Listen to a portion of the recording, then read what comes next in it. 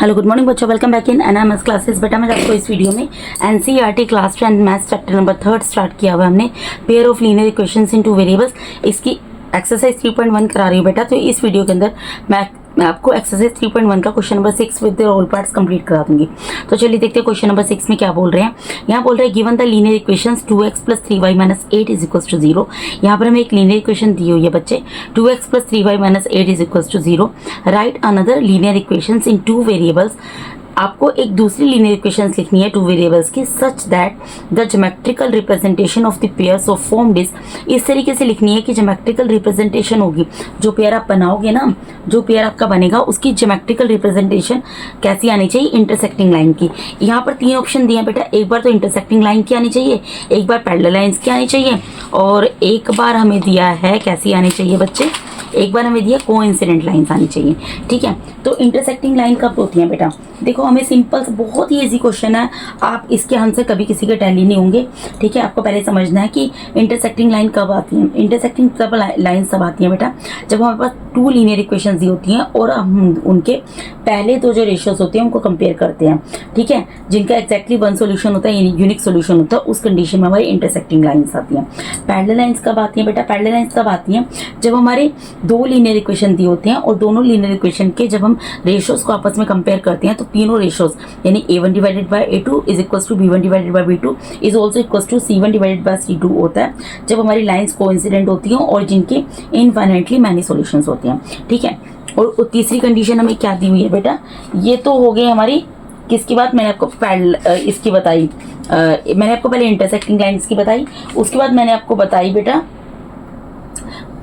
Coincident lines की बात। ठीक है, उसके बाद हम बात करते हैं, ये यहाँ पर इंटरसेक्टिंग है, मैंने सीरियल वाइज बता दिया, कोइंसिडेंट बाद में लिखा हुआ है। ठीक है, तो कोइंसिडेंट की इक्वेशन मैंने सेकंड आपको बता दी। और थर्ड नंबर है यहाँ पर पैरेलल लाइंस। पैरेलल लाइंस बेटा कब होती हैं, जब हमारे पास 2 लीनियर इक्वेशन दी होती हैं, उन 2 लीनियर इक्वेशंस के जब हम 3 रेशियोज को आपस में कंपेयर करते हैं तो पहले 2 रेशियोज तो इक्वल आते हैं, लेकिन तीसरा जो हमारा रेशियो होता है वो पहले 2 रेशियोज के इक्वल नहीं आता है, तो उस कंडीशन में हमारी लाइन्स पैरेलल होती हैं और वहाँ पर कोई भी सोल्यूशन नहीं होता है। ठीक है, ये आपको अच्छे तरीके से पता होगा अभी तक। तो पहले सबसे हम क्या करेंगे, यहाँ पर पहली इक्वेशन लिखेंगे इंटरसेक्टिंग बनाने के लिए। मैंने यहाँ पर लिख दिया 2x + 3y - 8 = 0। ये हमें ऑलरेडी दिया है, ये हमें दिया। बेटा देखो मैंने आपको क्या बोला है, इंटरसेक्टिंग लाइन कब होंगी, इंटरसेक्टिंग लाइन तब होंगी जब हमारा, यहाँ पर मैं लिख कर दिखाती हूँ, a1 / a2 ये नॉट इक्वल आएगा b1 / b2 के। ठीक है, उस कंडीशन में हमारी क्या होगी, यहाँ पर इंटरसेक्टिंग लाइन होगी। समझने के लिए आप साइड में लिख सकते हो। ठीक है, अब एक चीज बताओ, a1 क्या होता है, ये जो फर्स्ट टर्म है इसका जो कोफिशिएंट है, जो भी वेरिएबल है उसका कोफिशिएंट 2, तो यानी a2 मुझे कुछ और लेना है। मतलब मैं यहाँ पर 2x है ना, तो यहाँ पर मैं ले लेती हूँ, सपोज मैं यहाँ पर 3x ले लेती हूँ या 4x ले लेती हूँ या -1x ले लेती हूँ या -4x ले लेती हूँ, x तो साथ में आएगा, कोफिशिएंट कुछ भी ले सकते हैं। ठीक है, अब नॉट इक्वल्स टू का मतलब क्या है कि इसको जब हम सोल्व करेंगे ना तो b1 / b2 के इक्वल ही आना चाहिए। अब a1 / a2, a1 तो मुझे दिया हुआ था, a2 मैंने ले लिया यहाँ पर 3। ठीक है, अब b1 की वैल्यू भी मुझे दी है, b1 की वैल्यू क्या है 3, तो b2 में ऐसा क्या लूँ जो ये इक्वल, देखो बेटा सिंपल सी चीज़ें तो वैसे भी इक्वल नहीं आएगा, क्यों, क्योंकि देखो मैंने a2 यहाँ पर 3 ले लिया, और दूसरी चीज़ यहाँ पर a1 की वैल्यू आपको क्या दी हुई है, a1 की वैल्यू आपको यहाँ पर 2 दी है और b1 की वैल्यू 3 दी है। ठीक है, तो ये दोनों आपस में इक्वल नहीं है। अब मुझे यहाँ पर भी कोई ऐसा नंबर लेना है जो कि इक्वल ना हो। सपोज करो मैं यहाँ पर b2 की जगह मैं -5y ले लेती हूँ। ठीक है, -5y ले लिया और यहाँ पर मैं कुछ भी ले सकती हूँ, +2 ले लेती हूँ, +3 ले लो, -3 ले लो, -9 ले लो, जो भी आप लेना चाहते हो ले लो। अगर आप इनको कंपेयर करो, अब अगर आप इनका इस तरीके से रेशियो लिखोगे तो क्या ये इक्वल आएगा। यहाँ a1 की वैल्यू क्या 2, a2 की वैल्यू क्या 3, यहाँ पर b1 की वैल्यू क्या 3 और b2 की वैल्यू क्या -5, तो क्या 2 / 3 इक्वल है 3 / -5 के, ये इक्वल नहीं है, ये इक्वल नहीं है ना बेटा। तो इतनी चीजें आपको कर दिखानी है। आप यहाँ पर लिखना, ये भी लिख देना यहाँ पर, या इस तरीके से लिख देना, इन इंटरसेक्टिंग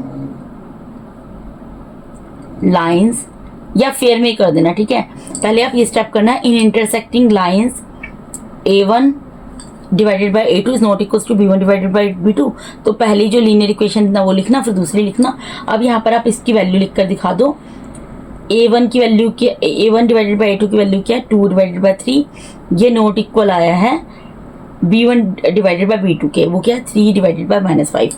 ठीक है, यहाँ पर लिख देना since 2 divided by 3 is not equals to 3 divided by -5। तो ये जो है हमारा क्या बन गया बेटा, ये हमारी इक्वेशन, हमें यहाँ पर इक्वेशन लिखकर दिखानी थी ना, लीनियर इक्वेशन। तो ये हमने यहाँ पर लीनियर इक्वेशन लिख दी। किसकी इक्वेशन लिख दी, किस कंडीशन में, जब हमारी पहली लीनियर इक्वेशन लिख दी थी तो दूसरी लीनियर इक्वेशन हमने ऐसी लिख दी जिससे कि हमारी लाइंस जो है, जब हम इसका ज्योमेट्रिकल रिप्रेजेंटेशन करके दिखाएंगे तो हमारी लाइंस जो है नो इंटरसेक्टिंग लाइंस आएंगी। इंटरसेक्टिंग लाइन किस कंडीशन में होती है आपको लिख कर दिखाना है, और उसको इस तरीके से यहाँ पर जो भी आप यहाँ पर बनाते हैं इक्वेशन, बस आपको ये ध्यान रखना है लीनियर इक्वेशन बनाते हुए आप ऐसी इक्वेशन बनाना कि वो इस कंडीशन को, इस रिक्वायरमेंट को फुलफिल करे, दैट्स इट। अब मैंने यहाँ 3x - 5y + 2 लिया, आप कुछ भी ले सकते हो, वैल्यूज बस ऐसी लेनी है जब आप उनका यहाँ पर इस तरीके से रेशियोज को कंपेयर करो तो वो नॉट इक्वल आए, क्योंकि इंटरसेक्टिंग लाइन की रिक्वायरमेंट यही होती है कि उनके जो पहले दो रेशियोज होते हैं वो नॉट इक्वल होते हैं, और जब नॉट इक्वल आ रहे हैं तो इनके जो रेशियो बन रहे हैं वो एक बार लिख कर दिखा दो, बस आंसर, यही इसका सोल्यूशन है, और इसमें ऐसा कुछ भी नहीं करना है। ठीक है जी, अब पैरेलल लाइन के ऊपर जाते हैं।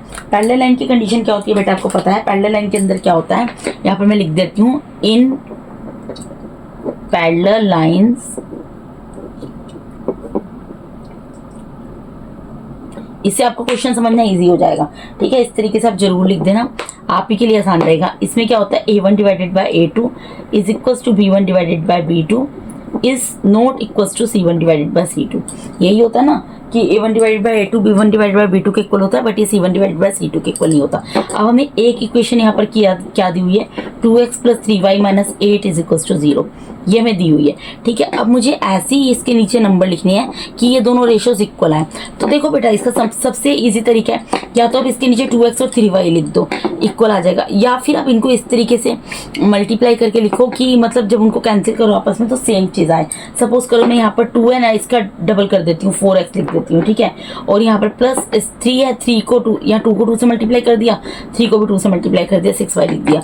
तो मैं अगर इसको कैंसिल करूँगी तो 1 डिवाइडेड बाय 2 आएगा, इसको भी कैंसिल करूँगी 1 डिवाइडेड बाय 2 आएगा, जिससे कि मेरा a1 divided by a2 equal आ जाएगा a2 डिवाइडेड बाय a2 के।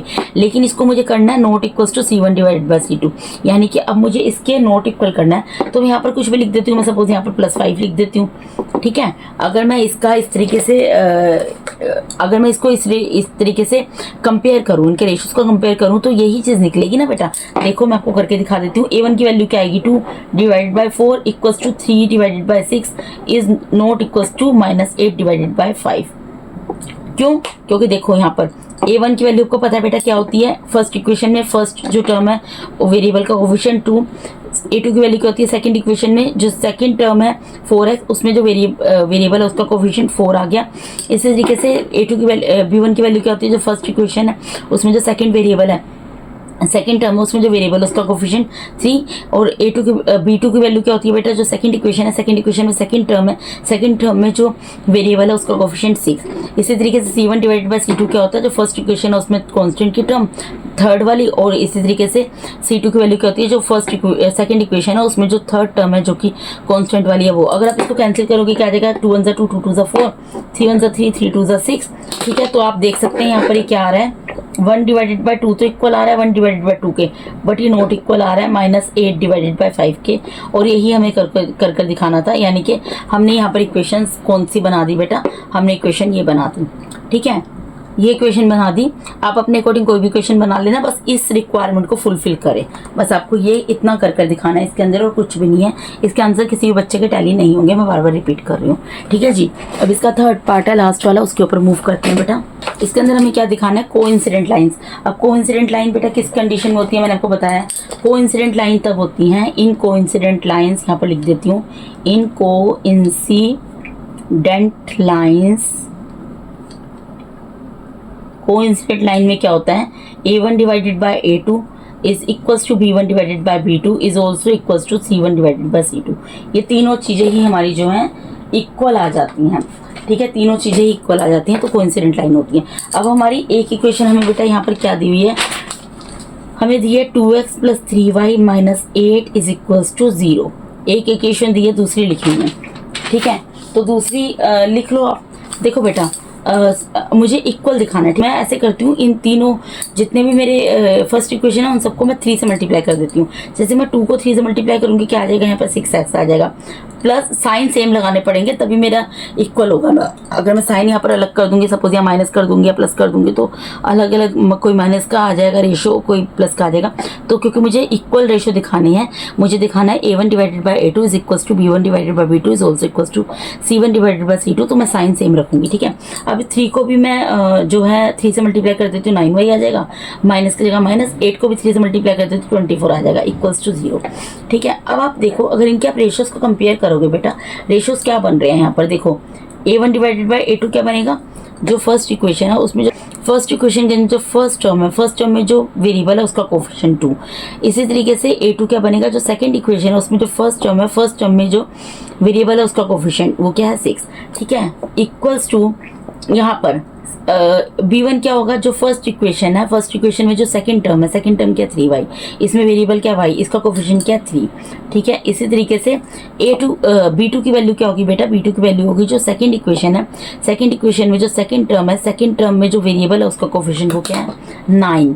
ठीक है, इक्वल्स टू c1 क्या होगा, जो फर्स्ट इक्वेशन है उसमें जो थर्ड टर्म है जो कि कांस्टेंट है क्या है -8। और इसी तरीके से जो c2 क्या होगा, जो सेकंड इक्वेशन है, सेकंड इक्वेशन में जो थर्ड टर्म है जो कि हमारी कांस्टेंट है वो क्या है -24। अब आप इनको अगर कैंसिल करके देखोगे बेटा, आप करके देखो इक्वल आएंगे। देखो 2 1 2 2 3 6 3 1 3 3 3 9, माइनस से माइनस कैंसिल हो गया, 8 1 8 8 3 24। ये आपका थोड़ा कॉमन सेंस चेक होगा बेटा कि आप किस तरीके से इसको इक्वल करते हो। तो यहाँ पर देखो 1 divided by 3 is equal to 1 divided by 3 is also equal to 1 divided by 3। Answer यही हमें दिखाना था। हमने इक्वेशन क्या बना दी, 6x plus 9y minus 24 is equal to 0। ठीक है जी बेटा, तो बहुत ईजी क्वेश्चन है बेटा, थोड़ा सा कंसेप्ट बेस्ड है। अगर आपको ये याद रहेगा कि कोइंसिडेंट लाइंस में अगर हम रेशियोज निकालते हैं उसका प्रोपोर्शन क्या रहता है, या पैरेलल लाइंस में हमारे रेशियोज का प्रोपोर्शन क्या होता है, या हमारा जो इंटरसेक्टिंग लाइन होती है उसमें रेशियोज का प्रोपोर्शन क्या होता है, तो आप इसको ईजिली सॉल्व कर लोगे और इसके आंसर्स टैली नहीं होंगे, सबके आंसर डिफरेंट आएंगे क्योंकि सब अलग अलग अपने बना सकते हैं इक्वेशन। ठीक है, कोई दिक्कत वाली बात नहीं है। तो इसके साथ ही बेटा मैंने यहाँ पर आपको NCERT class 10th maths chapter number 3 pair of linear equations in 2 variables की एक्सरसाइज 3.1 का question number 6 with all parts complete करा दिया बेटा। अगर आप मेरे चैनल पे नए हैं, पुराने भी हैं, और अगर आप लोग को मेरा टीचिंग मेथड अच्छा लगता है तो काइंडली मेरे चैनल को अगर अभी तक आप लोगों ने सब्सक्राइब नहीं किया तो सब्सक्राइब कर दो। ठीक है बेटा, अपने फ्रेंड्स के साथ, D1 के साथ, रिलेटिव्स के साथ मेरे चैनल का लिंक शेयर करो ताकि मैं भी मोटिवेट हूँ बेटा आप लोग के लिए ज़्यादा से वीडियो बनाऊँ। अगर आपको मेरे पढ़ाई किसी भी क्वेश्चन में कोई डाउट है तो कमेंट बॉक्स में क्वेरी पुट कर सकते हैं, उसको डेफिनेटली सॉर्ट आउट करूँगी। And thank you so much for watching my videos बेटा। God bless all of you.